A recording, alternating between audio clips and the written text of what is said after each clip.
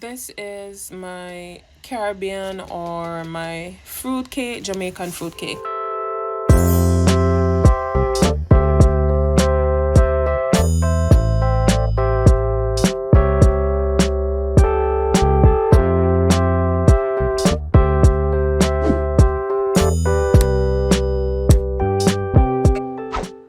Welcome back to Shell's Island Flavor Cooking. Today I'll be prepping Christmas cake.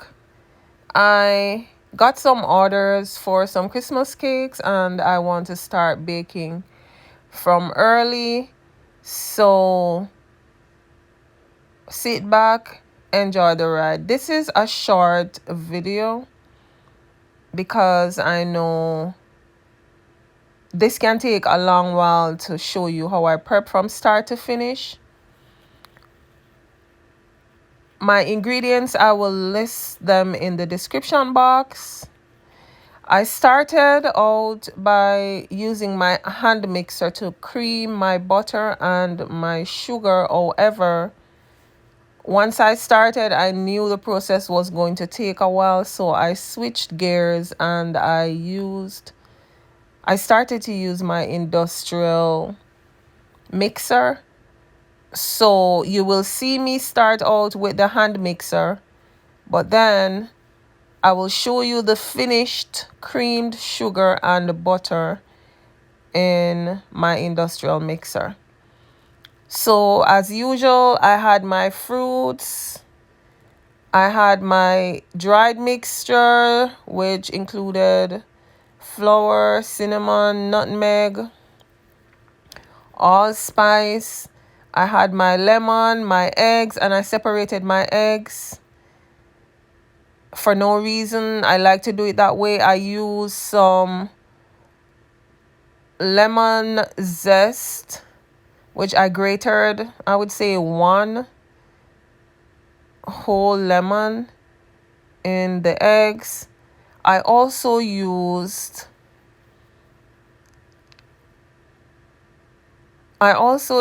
some jam. Back home we call it guava jam. I used some strawberry jam.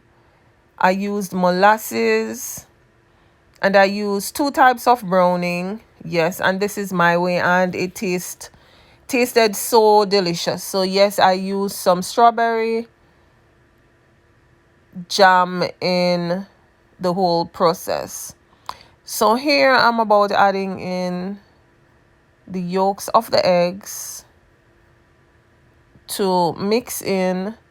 And once the eggs are beaten in, I did use the white part also, but I did separate it. Once everything is mixed in or creamed in properly in the sugar and the butter, then I will start with my dried ingredients. And that is my way. Some persons opt to put the fruits before. No, I added the dried ingredients in 3 or 4 different batches because you want to make sure that you mix everything out so there's no flour clumping in the mixture. Because once I finished adding in my eggs, I no longer use the mixer to mix this. I use a spoon to cut and fold in the flour. Then I add some fruits. Then I added a little molasses. Then I added some browning in the mixture to get the color that you intend. You also want to make sure that you're not using a lot of browning because it can make the cake taste bitter.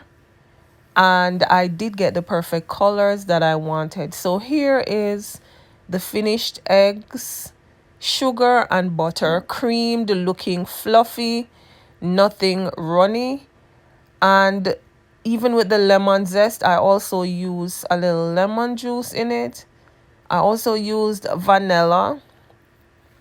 You will see I added most, if not all, of the ingredients that I used further in the video, and I will also drop them in the comment section. I was doing 2 inches cake, So I think from this batter I got probably 3, because to the amount of butter, sugar, and flour that I use, I could have gotten maybe a 6 or a 8-inch cake. So I got some 2 pounds. I would say 2 inches, but I got some 2 pounds or 2.5, 2.6, the weight of the cakes that I bake. So here I'm mixing in my dried ingredients, which consist of the flour, nutmeg, baking powder, a little hint of salt, a little cinnamon, a little nutmeg. I also used a little ginger. So I folded it in, and there I'm putting in my fruits, and I don't like the fruits when they're chunky. I love to like blend the fruits out, and the fruits included mixed peel, prunes, I use raisins, I use cranberry, and I used cherry, and I blended these. I like it when it's like pureed. And look at my mixture. So I am cutting and folding in to make sure there's no lump or clumps of flour in it, so when it bakes and you cut the inside, it doesn't look white. So you have to make sure that you mix this in properly, cut and fold it in, because you don't want to also over mix this. Here I am done, and I'm adding in the browning to get the color that I want, and also the oven will help to give it a darker color, but I still used sufficient browning to give it a color that I want. And you can see my mixture, not too watery. It is just the right mixture, or the right texture that it should be, or the right body that it should be. Here I'm tipping a little bit more browning in this.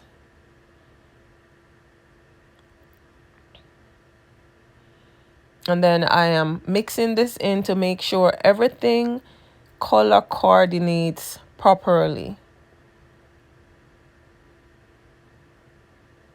or mixes in properly.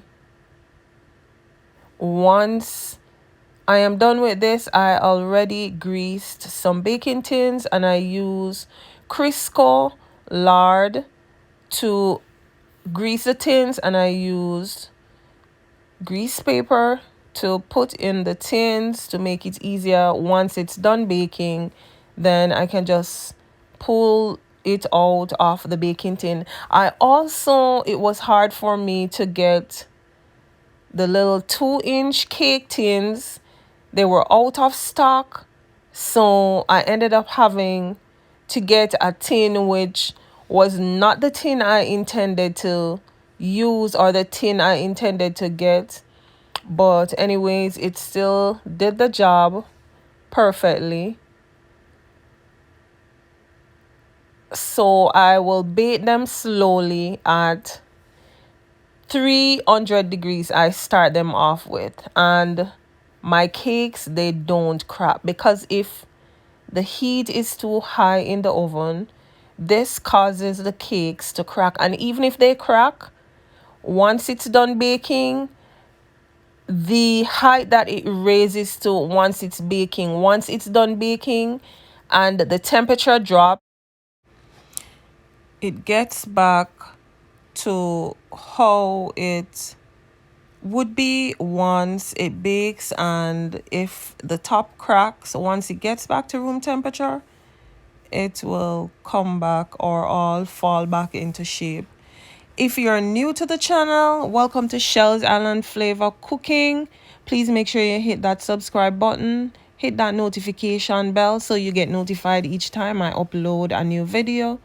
I'm here preparing my batter for some Christmas cakes. Wondering if I'm a baker? I am a jack of all many trades. I can cook, I can bake. If I set my mind to do it, I can do it, and I can do it great. So here I'm about pouring my batter in, and I will be baking these at 300 degrees for starters, because I don't want the oven too hot. And I will also be setting a water bath below the cakes to help to lock the moisture in once I'm baking these. Welcome again to Shells Island Flavor Cooking. My light got dragged out by my foot, so hair is a little dark, but it will come back up shortly. I'm here pouring my batters out in my tins to bake some 2-inch cakes, some medium-sized cakes for my supporters and persons who want to support me, who have tasted my cake last year and enjoyed it and wanted me to bake this year. So I'll be baking at 300 degrees for I would say 1.5 hours. The lower the heat and I'm not rushing them, the better for the cake. It will slowly take its time to bake. So there you can see there is the finished cake. I am now spraying liquid on them to help to keep them moist. They are still hot, but I am spraying in my mixture on them to help to keep them moist. Then I will just add them back in the oven because they are done baking. Again, thank you for watching. I also have my sorrel video out. Season's greetings to you. If you stop this way, please make sure you give this video a thumbs up. Stay tuned. See you soon in my next video. There you have it, the finished fruit cake. Again, thank you for visiting Shells Island Flavor Cooking. Happy holidays to you all. See you soon.